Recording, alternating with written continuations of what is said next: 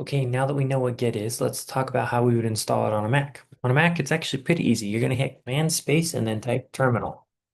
And then you're going to hit enter. And it's going to open up this terminal, and I'm going to try and increase the font size. All right.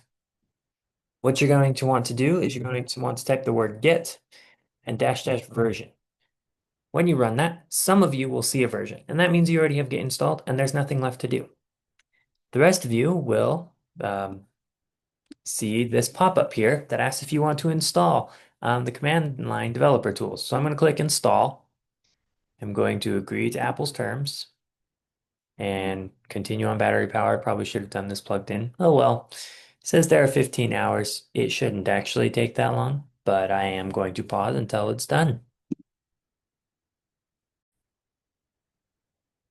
Okay, so you can see I started this at like 11:26, maybe 11:27, and it's only 11:34. So it actually didn't take that long, but it is now done.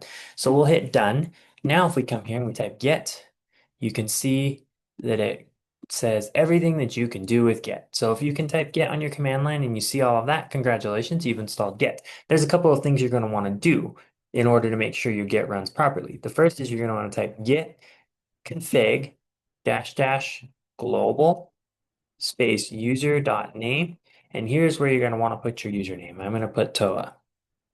Then you're going to type git config dash dash global user dot email. And this is email is probably going to be the one you're going to probably want to put the one that you use on GitHub. So I'm going to type Toa teaches tech at gmail.com and hit enter.